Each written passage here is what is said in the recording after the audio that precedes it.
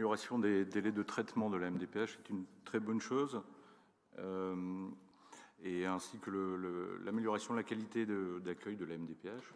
En revanche, le plan handicap donne l'impression d'être trop ciblé sur les personnes âgées.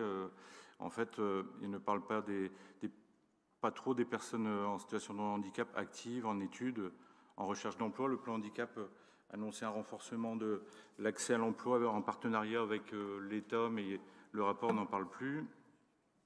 On parle de placement en établissement spécialisé, mais pas de la difficulté à trouver un logement adapté pour les jeunes, pour les adultes.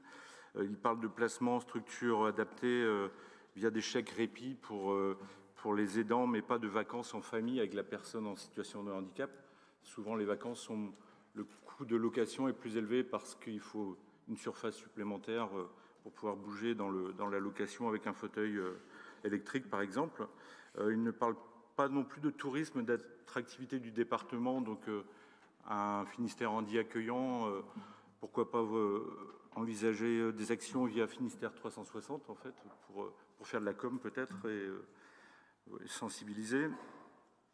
On ne parle pas non plus de la problématique des personnes en situation de handicap vieillissantes.